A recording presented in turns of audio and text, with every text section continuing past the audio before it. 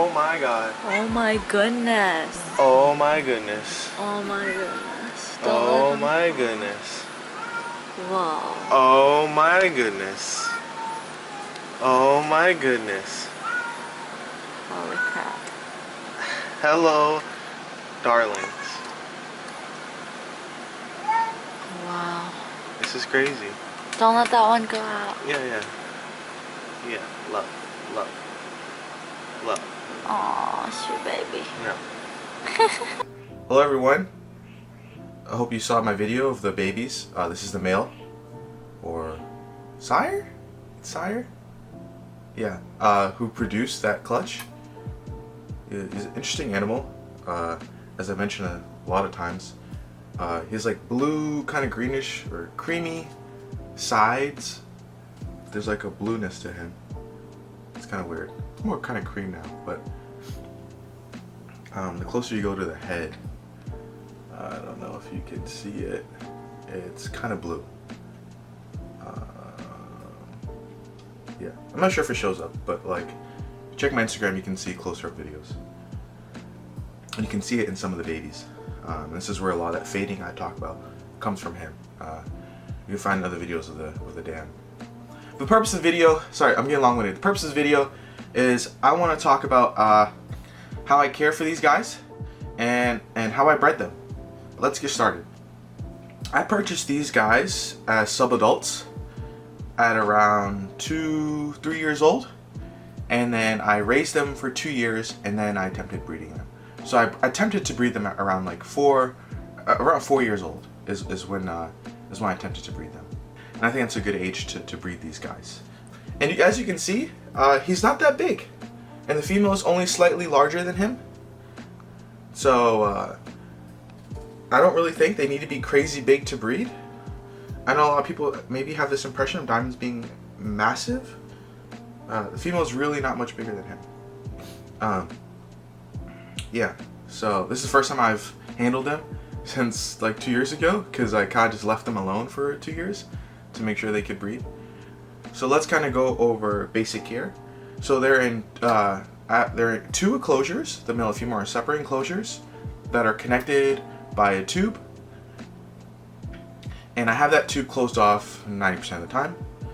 Their enclosures are 4x2x2 boxes that I built myself, and their humidity in the winter gets around 40%, and in the winter, summertime, I'd say it gets around like maybe closer to 60%. Temperature, so I keep their enclosures.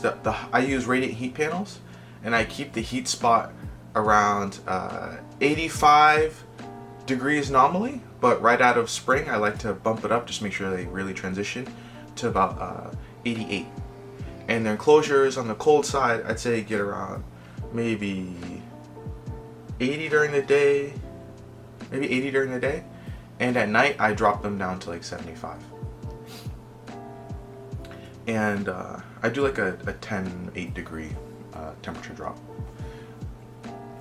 And so that's their enclosures. I feed them once a month. Right out of spring, I feed them a lot of small meals, and that's kind of how I kind of cycle them for breeding. But other than that, I feed the female a really large rat, and I feed the male a medium rat. But really, I kind of go over body size, right? Like, there's like general rules that like as your reference for how often you should be like thinking about feeding them, but you should really listen to them, right? The male will like hang from the top when he's really hungry. Look at his physique, good muscle tone. You know, is his stomach concave right out of brumation? You should really be listening and looking at your animals, right? You shouldn't just be following like a strict regimented feeding schedule. I kind of do a lot by feel and like the weather around me. So let's start with how I bred them. Okay, so cooling them down. So because I live in like one big room, I don't really have like a garage or something that can get them cold in easily. And so I take my air conditioner unit, a window air conditioner unit, and I plumb it into their enclosures on a hole in the side that you'll see. And I have the AC that's Wi-Fi controlled, so it has like schedules, and I pretty much slowly get them down to about 50 degrees Fahrenheit at night. but they still warm up to around 75 during the day in their hot spot.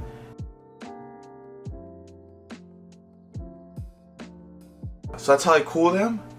I do it slowly. I'll probably flash on the screen like the timing I do that. I kind of follow the temperatures in my local area. So like as it's starting to feel like winter here, I start cooling them. As it's starting to feel warm here, I start warming them up. I'm doing a lot by feel, because I think a lot they're feeling the barometric pressure and some of those other indications for when they should be doing things. And so that's kind of what I would hope that to use to help impress on them what they should be doing in this time of year or in this season. And then I make sure I've waited a month until after their last meal and they've defecated, so there's no food in their system that could potentially rot. And then I usually just kind of ignore them and make sure I'm watching them, make sure their water is clean, change their water frequently. And then I do that for about 3-4 months. You know, I'm doing a lot by feel. And then once it starts warming, and I'm also changing the heat, how long it's heated for. So like, you know, down to like 4 hours of heating and light. I cycle that as well, kind of based off of my own light cycle. And then I increase it as the light cycle here also increases, right? So I'm kind of just using my weather and temperature as kind of like indicators for how I should be treating them. Okay. All right, so breeding them, and big part of that's waking them up. And so when I woke them up, last year I woke them up around April. This year I'm doing a little early. That's because I kind of was a bit late last year on cooling them down, and largely that was due to waiting for them to defecate. But this year I was kind of on schedule. After getting up to temperature, and I felt their bodies were sufficiently warm, they're used to warmth, and they're ready to eat. I try feeding them, and they usually eat. They're usually pretty ready to eat. And after their first meal and after their first shed in defecation, that's usually when I introduce them. And so you'll see the path that I have between their enclosures. I open that path, and the male's usually pretty ready to go in there. That's why I know of a good male. Like he's ready. And so I open that path, I let them do their thing, and I kind of just leave them alone for a month. After leaving them alone for a month, they start like, you know, snuggling up to each other, like almost every day around 2 p.m. around the same time. They kind of like stick around each other. And then at some point I start seeing locking. Once he just seems completely disinterested in her after a certain point. And he like looks, and he's doing his typical behavior when he's ready to feed, which is he'll go to like his piece of wood in his enclosure and kind of hang down. And I feed him and I keep him separated. But if he wants to go over, I'll open it again. But as long as he's interested, I'll keep it until she's like very clearly like has eggs. I don't see how any situation where he bothers her into like not keeping the eggs. I don't know. This is my first time breeding snakes, but that's what I did. And I let him have as much access as he seems to be interested in. And then I close it off after he like his behavior completely changed. And then once she was like, I felt her sides, I could feel the eggs, like if you like try to, it's called, I forgot what it's called, but like you squeeze the sides firmly, and you can see the bulges of the eggs in her body, and her tail is like pinned straight, like she's just always holding it super straight. Her body's laid out. I don't know, maybe she's trying to like get rid of excess heat, so she's like, you know, lounging out. And she starts hanging around on the cold side a lot, and that's when I made an egg box for her. I took like just like a bin that's like not too big. You want her to feel nice and comfortable and compacted, and I filled it with sphagnum moss, and I blocked it out so there's no light can get in there, and so she feels dark and comfortable. And then I kind of just waited, and bold and behold, I don't even know if I use that phrase right. Lo and behold. Lo and behold. Oh, I always mess up phrases. If you know me, I mess these up all the time. And there were eggs. And that's the video you're gonna see. I think I'll put the video in the beginning of my amazement when the eggs finally hatch. Yeah, I incubate them at the temperature everyone incubates cover pythons at.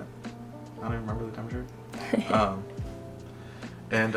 Yeah, that's how I bred these guys. I use my air conditioner. It was expensive, but if you get the eggs, it pays for it. But if you really love these animals, it's worth the price. These are beautiful, amazing animals. He hasn't been handled in a long time, but you can see he's behaving, you know? He's like, yo. But, you know, what can I expect, right? I'm impeding on him, and he's not used to it. And I also recommend not handling a lot the year you're trying to breed them. Like, just let them get comfortable. Don't move around a lot. Yeah, make sure they've been in their environment for like a year or two, until they're really used to the environment, the noises or whatever. Like, that's not gonna like freak them out. Let them just be really comfortable and acclimated to the environment. Yeah, that's why I bred diamond pythons. Best of luck. I'm sure I've forgotten something, but let me know if you have any questions in the feel free to ask me in the comments. And thanks for watching. And check out my other video where I show all the babies. Let me know who you like and who'd you pick. And it's my male con. Oh yeah, I got mine are San Diego Zoo line, purchased from Nerd. Yeah, thanks. Bye.